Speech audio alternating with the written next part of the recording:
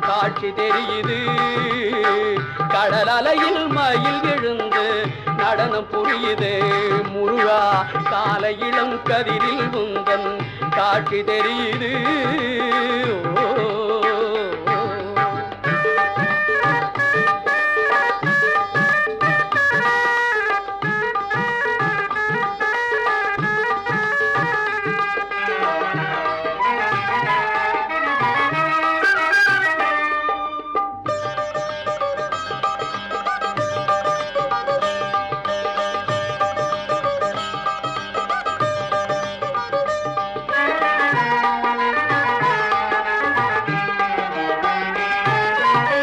சோலை மலர் கூட்டம் குந்தன் தோற்றம் கொள்ளுது.